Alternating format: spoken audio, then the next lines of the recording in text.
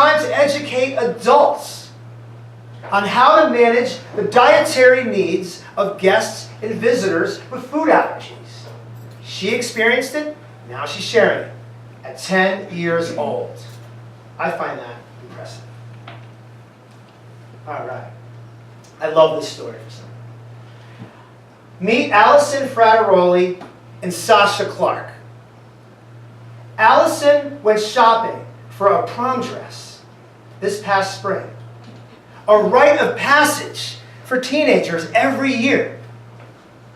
And amongst all the excitement, Allison realized that there are many girls who can't afford these dresses. Which means there are many girls probably not going to their prom. But Allison and her friend Sasha had a bright idea. They decided to start a prom drive by collecting pre-owned dresses, shoes, and accessories for underprivileged girls so that they too could go to the prom. Now, as we all know, prom dresses usually get worn once and then are never worn again. For us guys, it's a little easier. We buy a tux, we wear it, we rent a tux. But prom dresses, usually once. So this makes a lot of sense. So Allison and her friend Sasha formed a team of their friends this year. This all happened this year.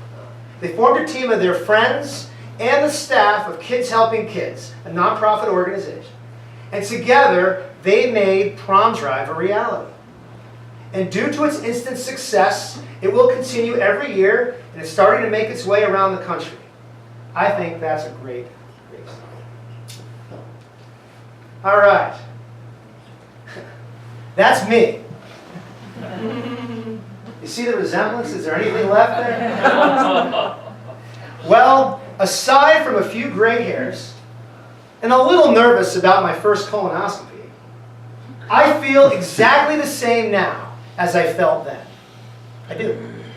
I absolutely do. So, you're probably wondering, I'm sure now you're really wondering, why I wrote this book. You're probably saying, God, you just don't wake up and write a book and compile stories from people all over the world. It's not quite normal. What was the catalyst to this? Well, it certainly wasn't me standing on a horseshoe crab in cold water. I can guarantee you that. I grew up the youngest in my family. And growing up the youngest, I spent a lot of time with older relatives and older family friends. And I was always amazed by their stories. I never let it go. I never let it go. And I always noticed in all their stories, when I look back, that they all have three things in common. All the stories start with adversity or some kind of obstacle. They all have some element of perseverance. And they all end with wisdom. Whoops. They all end with wisdom that was gained and wisdom that was ultimately shared. So when my alma mater, Fairfield University in Connecticut, asked me to consider writing a book on optimism and positive thinking in business, I said, okay, I'm ready. In 2010, I'll do it. But not just about me. Let's make it about lots of people. And not just about business, but about lots of themes. There's so many great themes to learn about how other people persevere. And that is how Contagious Optimism came to be. That's how it all started. So, one thing that's great about our books is that we have stories from people of all ages, all demographics, all socioeconomic backgrounds. And that's been great for me to work with all these wonderful people. And of course, wonderful publisher, Viva Editions, who I'm so grateful that you took this project on. I really mean it. Bottom of my heart. So one of the great things about working with all these people is I get to go in senior living communities around the country. And starting next year, I'll be going around the world to assisted living and independent living communities. I love it. I love it. Why? Because seniors have a lot of awesome stories and a lot of amazing wisdom to share. And it's fantastic. Now, while we may be a society that focuses on our youth, and of course we should be, they are our future, we should also appreciate and capture the wisdom of our older generations. Why? Because they've been through a lot, they know a lot, and they have a lot to share. And that's what we're about.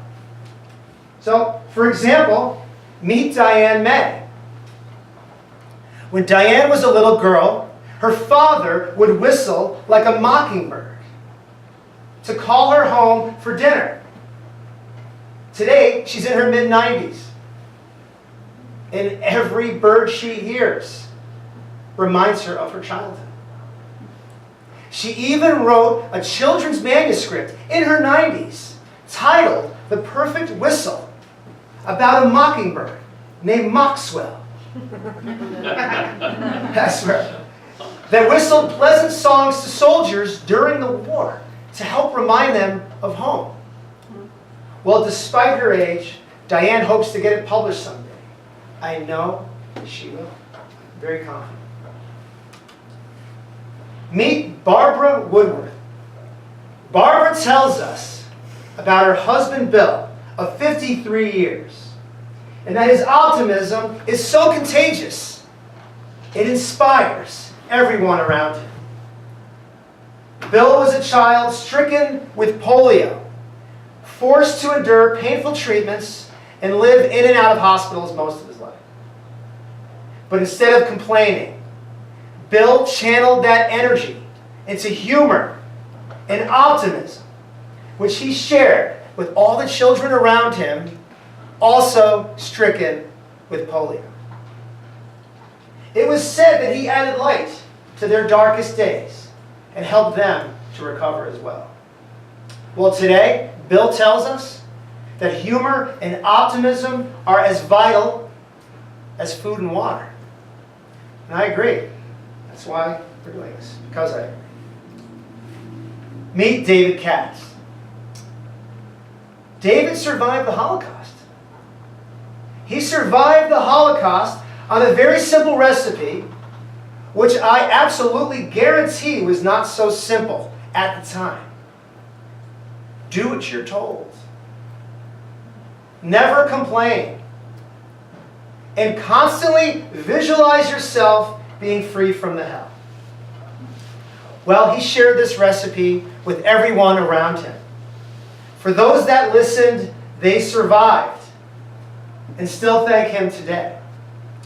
And I had the privilege of being at Newport Place in Boynton Beach, Florida, his community, where there was a party for him taking place, thanking him for what he did for these other people that all came to visit him at Newport Place. I was there interviewing somebody else for the book, and this was taking place. So of course I jumped on the story. Amazing. And having the witnesses was just wonderful. Meet Jim and Rachel Harper. Jim and Rachel lost both their spouses tragically in the 1950s. However, within a few years, they met each other through an amazing set of coincidences and serendipity. They eventually got married and brought all their children together in a Brady Bunch type of way, long before the Brady Bunch was ever heard of. Well, the kids hit it off so well that they came up with an unwritten rule which said, we are not step siblings. We are true brothers and sisters. And they still follow that rule today. 60 years later, this month, their anniversary. Awesome. And Jim and Rachel, well, they told me they love each other so much and are grateful to have found true love twice in a lifetime. Cute couple. Comedy. Meet Sharon Dunbar. No, Sharon is not a giraffe. Sharon is a terrific caregiver for Alzheimer's and dementia patients that always thinks outside of the box. Sharon told me an inspirational story about a gentleman from Maine who wanted a giraffe. And instead of saying no, like most caregivers would say, Sharon said, okay, Let's talk about it. Where do we get it? How do we transport it? How do we feed it? Where will it sleep? They even spoke about walking the giraffe around the courtyard of this gentleman's community so it could visit with other residents by sticking its big head and long neck in their windows. Quite funny. Well, over time, of course, no giraffe comes, and certainly not to Maine. But this gentleman showed amazing improvement in his Alzheimer's therapy. He showed focus, he felt loved, he felt valued.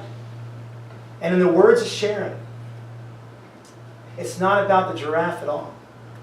It's about the meaning we give to everybody around us, rich or poor, black or white, sick or healthy. And I agree. And last, because I know you're enjoying these stories so much, meet Mona Tippins.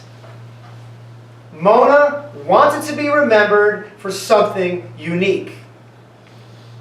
A bucket list did not appeal to her. And her award-winning pineapple upside-down cake was not enough. So Mona decided that she wanted to combine her love of train travel with a world record. And she did. She traveled through 33 countries by rail, never traversing the same place twice. Her mileage was enough to have circled the globe 3 1/5 times. Now, she did this as a vegetarian, which apparently going through Russia is hard to do. But she did. And I'm happy to report that by her 65th birthday,